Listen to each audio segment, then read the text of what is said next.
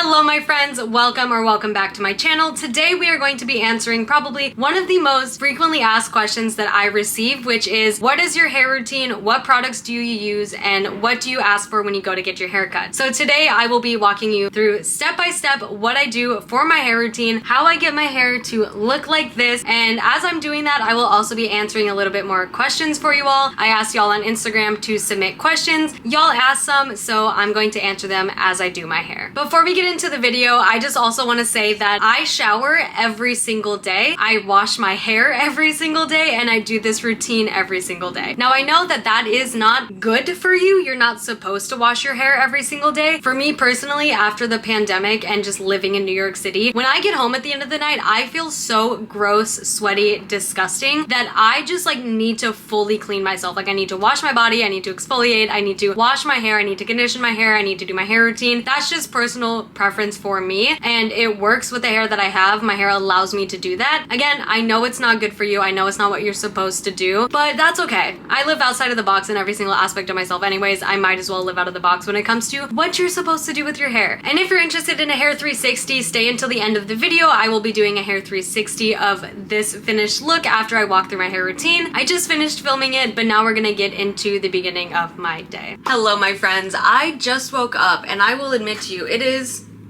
12:52 p.m. I am exhausted, but that's okay. I'm so tired. So normally I would shower at night, but due to this video and the making of this video, I wanted a little bit of better lighting, so I decided to skip my hair routine last night, and we are showering today. And this is what my hair looks like when I shower and don't do anything to it. It's not as cute as it normally is. It's kind of fallen flat, but we are going to walk you step by step through my little routine for my hair, and just hopefully it'll help someone. Y'all have been intrigued. I don't know if you want advice or you're just intrigued, but either way, you will get both of that in this video, so let's just get started. Welcome to my New York City bathroom. This is a very tiny bathroom. You're not seeing all of it because the camera zooms in a little bit, but you are seeing most of it. But this is where the magic happens when it comes to shampooing and moisturizing my hair. So I'm the type of person that likes to switch up the scents of my shampoos and conditioners. So I have two different shampoos and conditioners that I kind of alternate between. And then when these are done, I might try something new, I might stick with them, but these are the products that I currently am using. The shampoo and conditioner combo that I have been using most frequently and will purchase again once it runs out and have been using for years is the Mielle, I think that's how you pronounce it, Rosemary Mint Shampoo and Conditioner Combo. This is a strengthening shampoo and conditioner. It has biotin in it and it helps grow your hair. For me, this shampoo and conditioner works really well for my hair texture. It might not for some people, but for me, this has been something that I've been using for years and I love it. But because it's me and I like to change up scents and try different shampoo and conditioners, I also have the TeaTree Lavender Mint Shampoo Conditioner. I really like this one. I feel like it doesn't make my hair as curly as the other one, but this one is moisturizing and my hair is so soft when I use it. I love these, but these ones are really expensive, so I only buy the big bottles when they're on sale, and when they run out, I don't buy them again till they're on sale. So now that I've shown you what shampoo and conditioner I use, it's time for me to hop in the shower and wash my hair. For the sake of this video, I'm going to be using this combination because I feel like this is just what my hair needs today. Also, I will share a little bit of a fun fact about me. Since I normally shower at nights, I'll have like a shower cider, and I mentioned that in a different video and nobody really knew what it meant. I have this little silicone drink holder that I have on my shower wall, and normally I would just plop a cider in it and enjoy a cider while I shower, but since it is only 1 p.m., I'm going to be popping in a Red Bull, and I will have a shower Red Bull. Also, I would recommend this product. I got it as a gift, but I know it's from Target. It's just like a silicone, what is it called? Sudski holder, and if you don't drink, you can put any beverage in it. Like I have a Red Bull in it, you could put an iced coffee in it, whatever you want. I love this thing, and if I'm not having a drink in the shower, I will just plop my phone in there, and it also amplifies the volume of my phone so much, and it just makes a speaker. This product is great, and I'm obsessed with it, and you should buy it too, because I've had this on my wall for 4 months, and I've never had a problem. It stays up, it's great, I love it, 10 out of 10. The Sudski from Target. Not sponsored, but I absolutely love it, and it will just enhance your shower experience in my my opinion. Okay, so I am fresh out of the shower and this is what my hair looks like. I don't know if you can see it that well because of the lighting, but it's just kind of starting to curl but isn't doing like the most for my curls. So that's where the products come in, and I'm not gonna lie, I use a lot of products on my hair. Just sitting here, I have 1, 2, 3, 4, 5, 6, 7, 8, 9, 10, 11 products. Now, a few of them I don't use every day, but a lot of them I do use every day. My hair and the texture that I have soaks up product like it is its only job. Like, my hair loves these products and I love the products just as well. So we are gonna go step by step through the products that I use and how I transform my hair from this to the normal curly hair that you would see that I have. And also, while I do that, I'm gonna be answering some more personal questions, and I just handpicked a few out of what you sent me, so let's get started. So the first product that I use that I have, again, been using for years, this is a miracle product on my hair. I once shaved my hair off and looked like this, and it was just not the look for me, okay? I hated this haircut, and so I asked one of my friends who had like amazing hair, I was like, what product would you recommend for me to grow my hair out? Because you just grew your hair out and it looks incredible. I need advice, and he suggested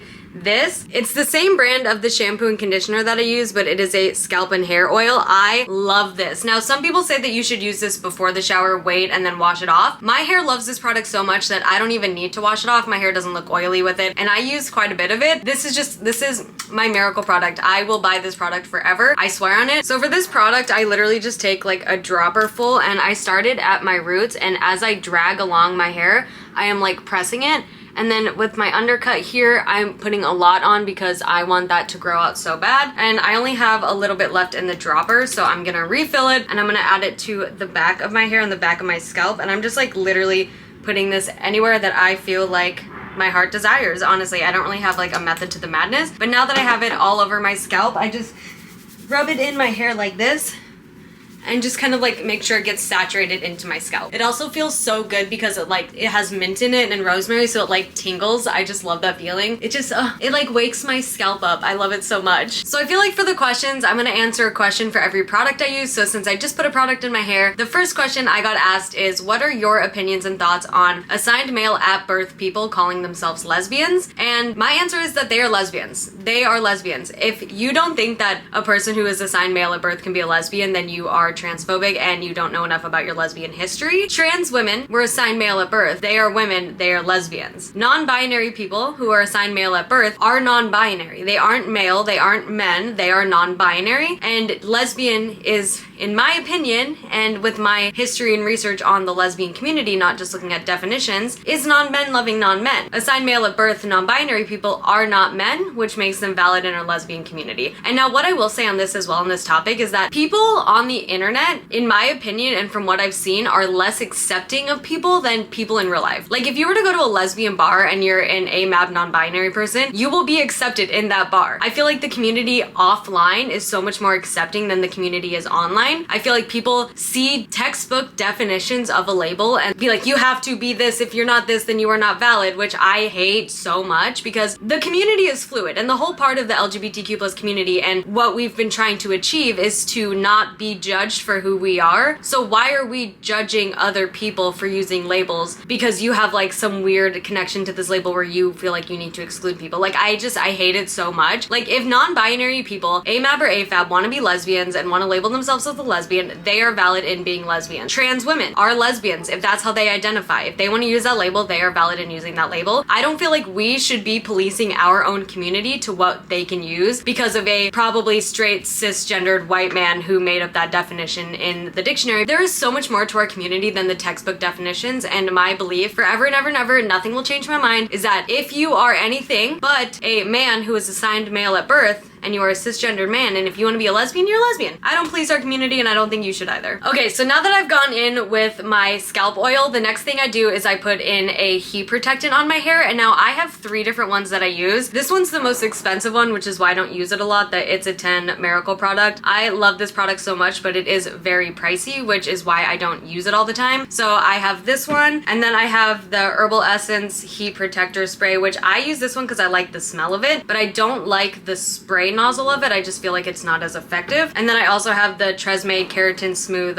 Weightless Heat Protector. This one I like a lot, but I just feel like it's very thick. Again, my favorite one is the It's a 10. I've been using this product forever, but it is so expensive and I'm on a budget, so I'm trying not to use this one a lot. So I'm not gonna go in with this one today. I'm trying to use these two products up, so I don't know. Eeny, meeny, miny, mo, I'm gonna use this one today, even though I hate the spray nozzle on it. It smells very delicious and I love that about this product. So for this, I feel like I just spray it through. Again, I probably use more product than needed, but my hair loves the product. It soaks it up like crazy. I just don't know what I do to deserve this beautiful hair of mine, but I'll take it. And now that I've sprayed it through my hair, I will like spray some onto my hand and like create a little pile of it, go like this, and then just work it through my ends because I feel like the ends get most damaged because of like split ends. So I just do that. I brush it through my hair with my fingers and yeah, just kind of scrunch it through. I'm always consistently scrunching my hair. That's one thing I forgot to mention earlier. When I'm conditioning my hair in the shower, I apply my conditioner and then I flip my hair upside down and scrunch it in. Instead of like rubbing it in my hair, I scrunch it in because that's how my curls form, is by scrunching, and a lot of people have that same effect with their curls. Now the next question you asked me is, what do I find attractive in a potential partner? And the thing about me is that I do not have a type. Like if you were to look back at every single person that I've dated or been with, there is no like similarities between them. Some are femme, some are masc, some are androgynous. There's just been no like exact route for the people that I date. There's no type that I have. The only thing that I care about is that you care about your mental health, because that is really important to me and has screwed me over in a lot of relationships. When you just don't care about your mental health, you don't want to get help. I fully believe in taking care of your mind, because if your mind is healthy, that just creates like a better and healthier relationship. So it takes care of your mental health. I like somebody who's funny. Like I want to be able to laugh and I want to be able to crack jokes with you and like we can just like banter back and forth and have a good time. So funny. I don't really care about looks or have a specific type of look. One thing that's very specific that I look for in somebody, that it's not like something I like go out of my way to look for, but if you have citizenship in another country and you can save me from America, bonus points, brownie points for you, because my aunt, when I was younger, moved to Germany and married a German man and became a German citizen and now lives in Germany and has a son and is just like living her best life over there. I would love to just move to another country and raise kids outside of the USA, because the idea of sending my kids to school right now is a terrifying thought, and I don't even have kids, but it's still, I feel the eggs in my body and I go, I don't want you to go to school in America because that's scary.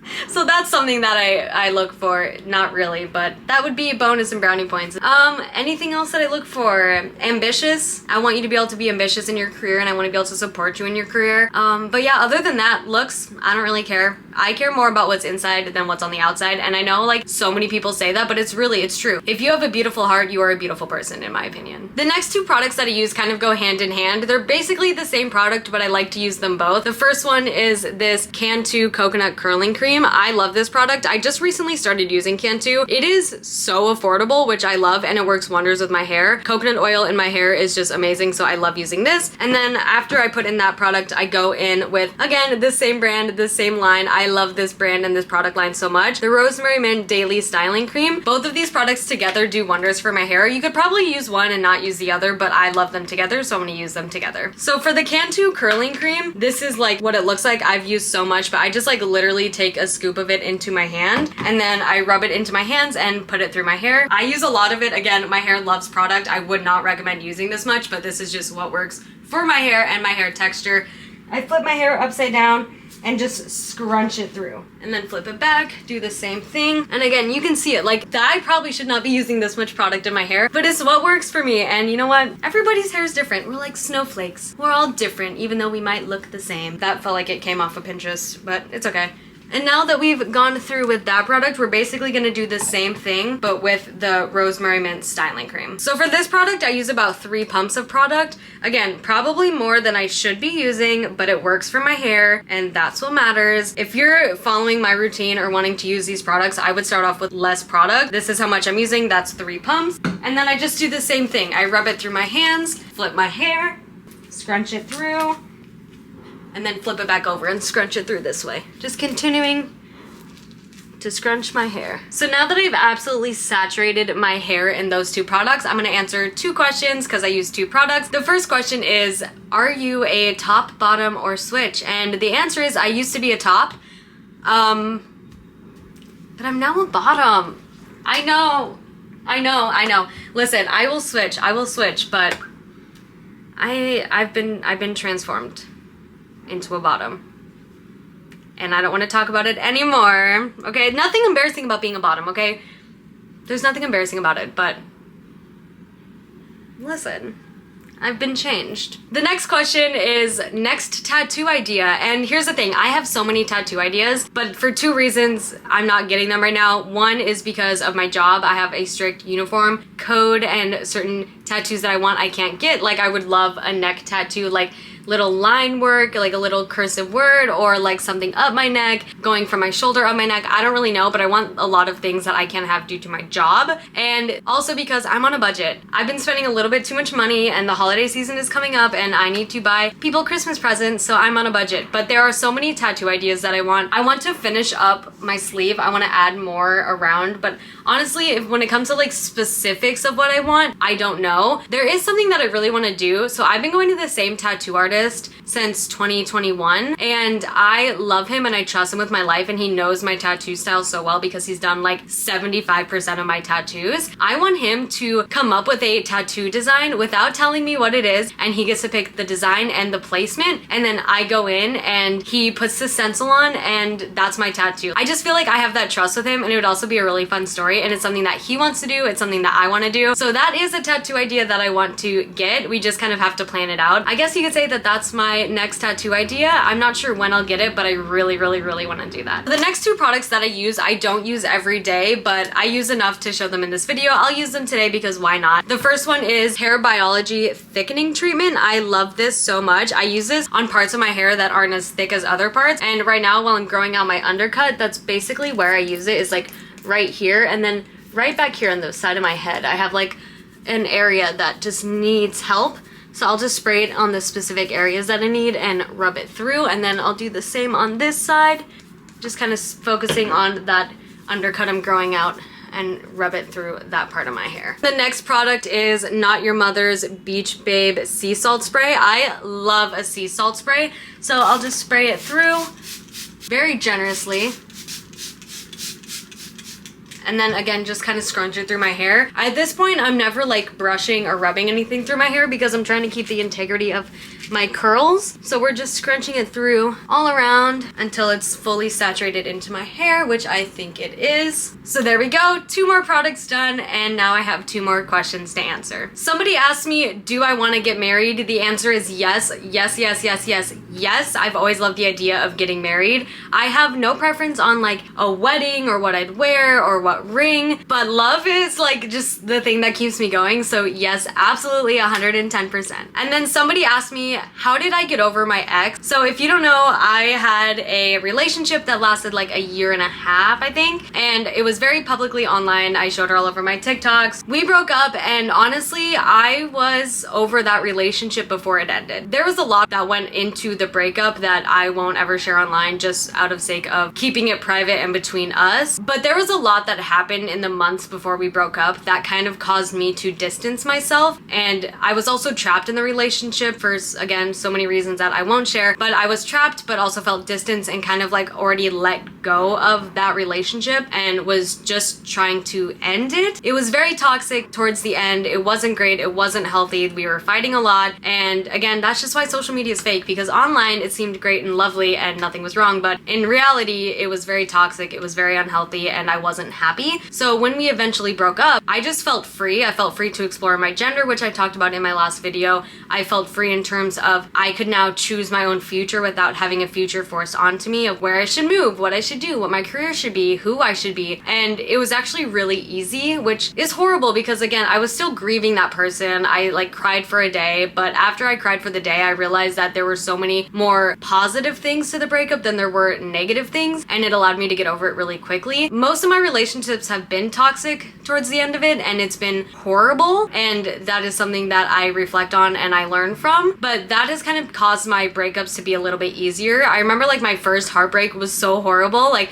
I was heartbroken when this girl broke up with me, but then I realized that she cheated on me, and I was like, oh, for 2 years? That's crazy. You cheated on me for 2 years. You're really good at hiding secrets, and that allowed me to get over it quickly. I always grieve the person, but when it comes to the end of the relationship, it ended for a reason, And unfortunately, my reasons have been because it's been toxic and it's been really unhealthy for both of us. So I've been able to let go of that relationship easier. It's harder to let go of the person because you're dating your best friend, you tell them everything, and then you wake up in the morning and the first thing you want to do is text them, but then you realize that you can't because you're broken up. Those things were harder for me, but they were very unhealthy relationships. So in that aspect, it was pretty easy for me to get over. I was able to focus on myself again and find myself again, and that was just really beneficial to me. Believe it or not, we still have 3 products left before we start diffusing my hair. The first product I just recently got, but I've been loving, is the Marc Anthony Grow Long Leave-In Conditioner. I love this. I'm trying to do anything I can to get my hair a little bit longer because, again, I don't really know what I want to do with my hair. If I want it longer, if I want to keep it the same. So I'm just trying to grow it out faster so that I can decide quicker because I'm very impulsive and I want to know what my hair is going to look like when it's like fully grown out. I don't know how long. The back's growing really long,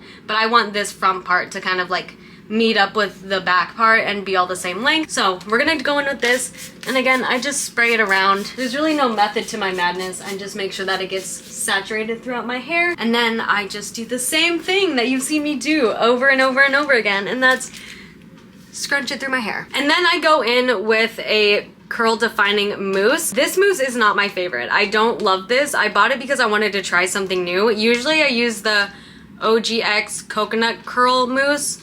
I think that's what it's called. I'll insert a photo of it here.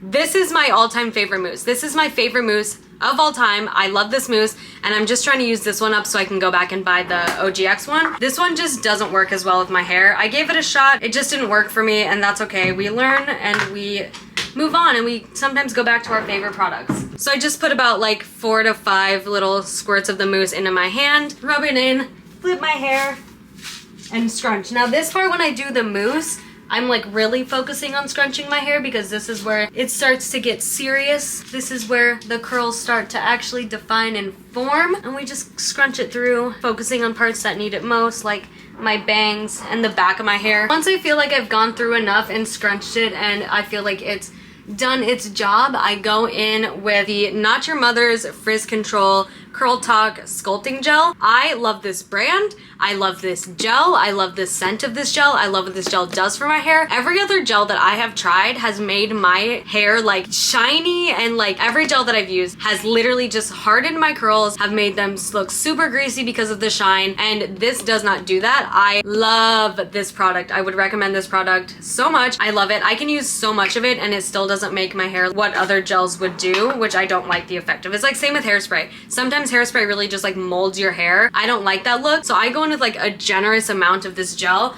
and again, flip my hair like this and just scrunch it through, making sure that I saturate it pretty evenly throughout. And oh my god, it smells so good. Like, I can't even describe the scent of this gel, but it's just, it's so good. And this company actually makes in the same scent a shampoo and conditioner. So the second I use up one of my shampoos and conditioners, I'm gonna go and I'm gonna buy the shampoo and conditioner in this scent because the gel works. I love the brand, but I've never tried the shampoo and conditioner, but it smells so good. Like, it's very much a feminine smell. I just want to like put it out there. It's very feminine. Like, I could just smell this all day. I don't understand what it is, what the scent is. It doesn't really say anything about what the scent is. It uses rice, keratin, amino acids, and enzymes to hydrate, whatever. Yeah, it doesn't really say what it is. I love the scent so much. Just adding a little bit more. And now it's time to diffuse my hair, which is the longest part of this process. I don't really think that I know how to diffuse my hair properly, if I'm being honest. I've watched a lot of videos about diffusing your hair,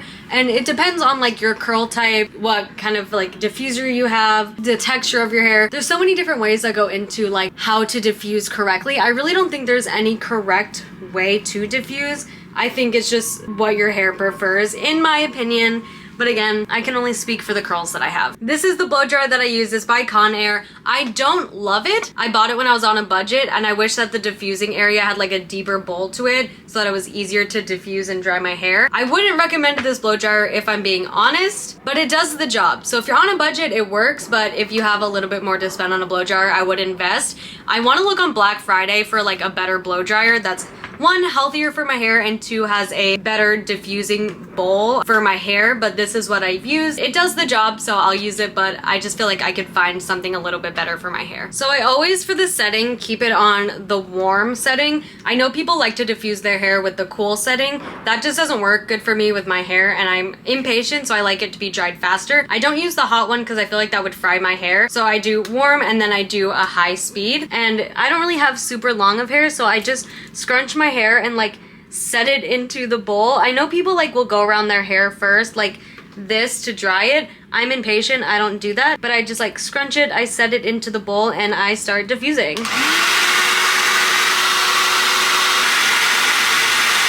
So now that I've kind of taken this part of my hair and I've mostly dried it, I just keep moving on to other sections. So I'll like just grab bits of my hair and diffuse them, and I'll just go all around my hair like that. And then once it's all like mostly dry, I'll go through and I'll kind of do it all over again. I'll show you, but I don't feel like I need to talk through all of it because if we did, we'd be here for hours.